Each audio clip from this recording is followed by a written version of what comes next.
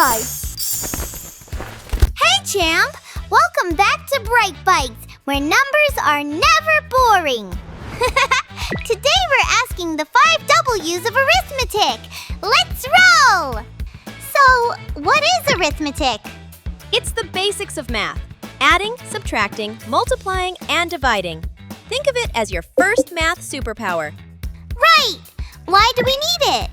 Because without it, life gets messy.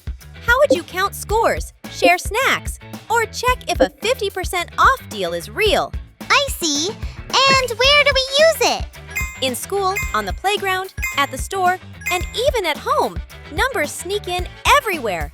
That's awesome! When do we use it? All day, every day, from the study table to the dinner table with friends. And who uses it?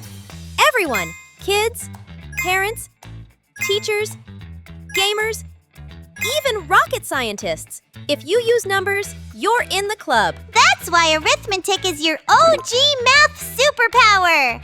Once you've got this, the rest of math is easy mode. Up next is addition.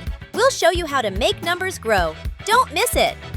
Don't forget to like, share, and subscribe. See you next time. Bye-bye, champ!